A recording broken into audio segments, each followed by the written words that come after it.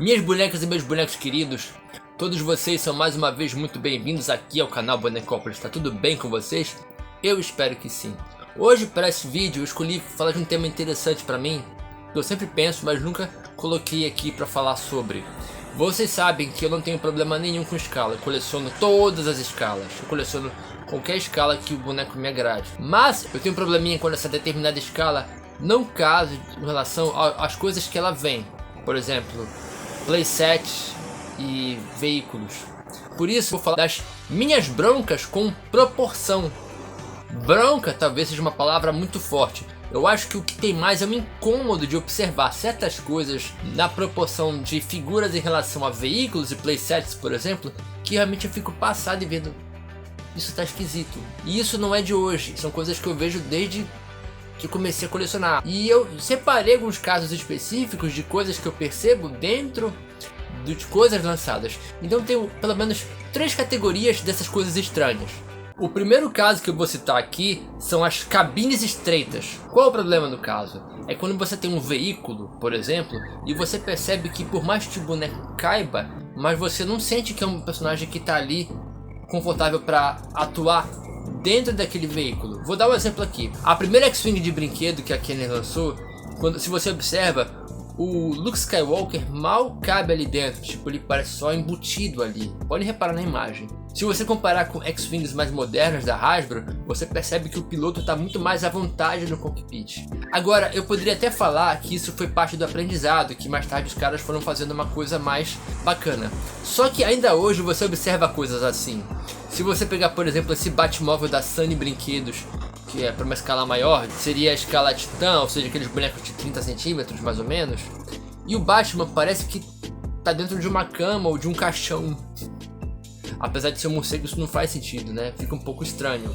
A minha segunda questão é os veículos muito pequenos, apesar de serem grandes. O que isso quer dizer? É aquele veículo que aparece, por exemplo, num desenho ou numa série, que cabe uma galera dentro, mas quando você vai ver o brinquedo, só cabem 1 ou 2 personagens. Por exemplo, a Wind Rider, a Patrulha do Vento, do He-Man, que no desenho você observa que cabem pelo menos 2 pessoas. No brinquedo, só cabe 1. Outro exemplo bem clássico é o Thunder Tank, o primeiro Thunder Tank, que aqui no Brasil saiu pela Glaslit, que no desenho você observa que ele é bem grande, cabem todos os Thundercats lá dentro. Quando você vai ver o brinquedo, só cabe um na frente e um atrás. No caso da Patrulha do Vento, poderíamos até alegar que esse brinquedo saiu antes do desenho sair, então esse era o molde original. Só que depois que saíram versões mais modernas, como na linha Origins, isso não foi pensado, eles só deram uma melhorada no design. Vocês reparam que não tem muita diferença, só um pouquinho maior porque as figuras de Origins são um pouquinho maiores. Ou seja, por que não pensar num veículo maior? Eu não vou dizer que eu não queria uma Wind Rider. Se eu conseguir se eu tiver a chance de ter uma Patrulha do Vento, eu vou querer sim.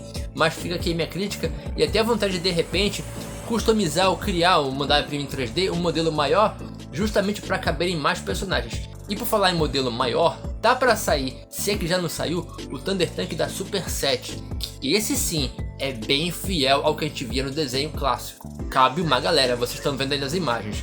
Eu mesmo queria, mas eu não tenho 2 coisas essenciais: espaço e dinheiro. Se bem que espaço não é problema, a gente dá um jeito aqui. Agora dinheiro que é bom.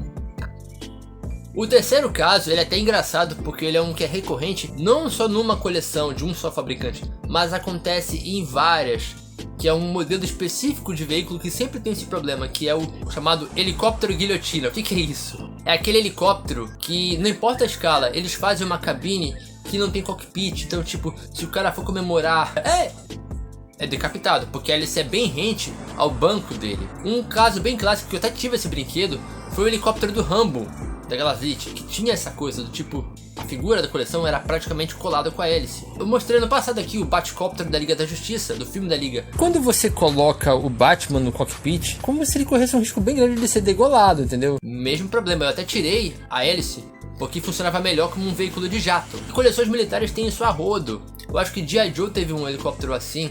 Tem esse aqui que eu vou citar como exemplo, que é esse helicóptero da Soldier Force, que é o mesmo problema. Não é tanto, mas... E não dá nem pra dizer que não dá pra resolver esse problema. Por ser um helicóptero menor, ele não precisa ser tão simples. Você tem o Locust G.I. Joe, que foi lançado em 1990.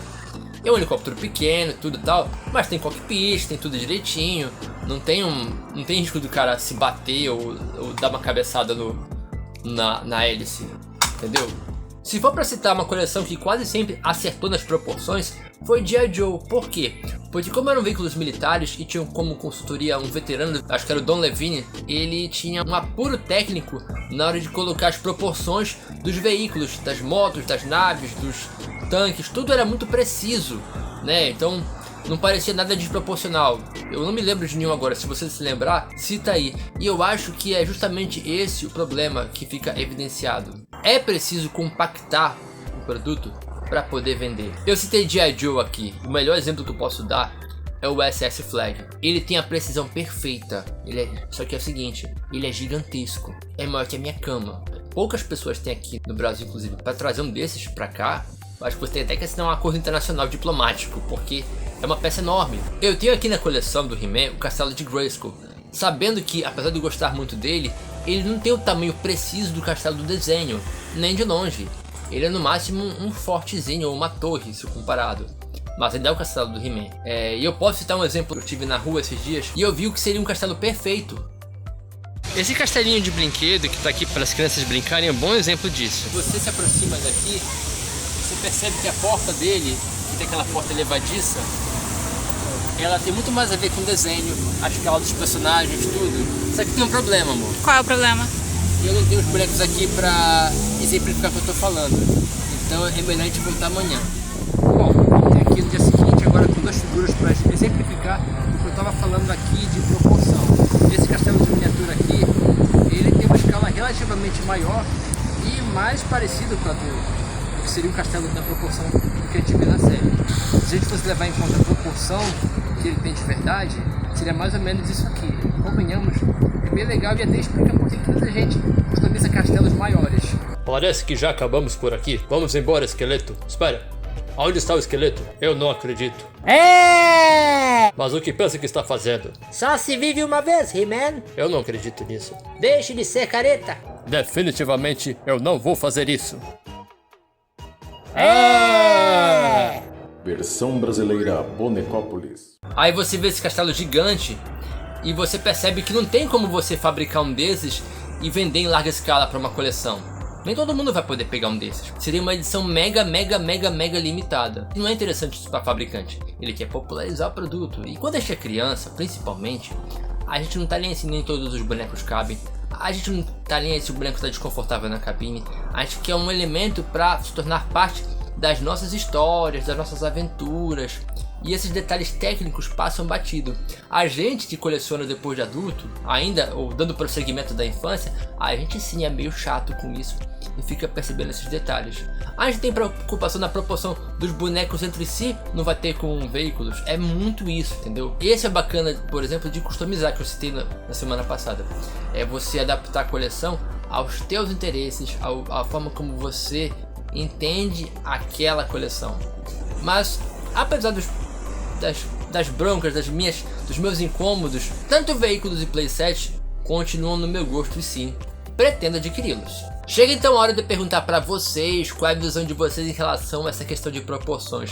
Vocês já se incomodaram, se incomodam com isso? Não estão nem aí para essa parte? Deixem nos comentários, pessoal, quero ouvir vocês falando aí o que vocês acham disso tudo. Se vocês gostaram desse vídeo, deixa um like de vocês, e se gostaram do canal, descobriram ele agora, deixa a sua inscrição para dar essa força, beleza? E claro, ó, aqui a gente do canal, segue para dar essa força, beleza?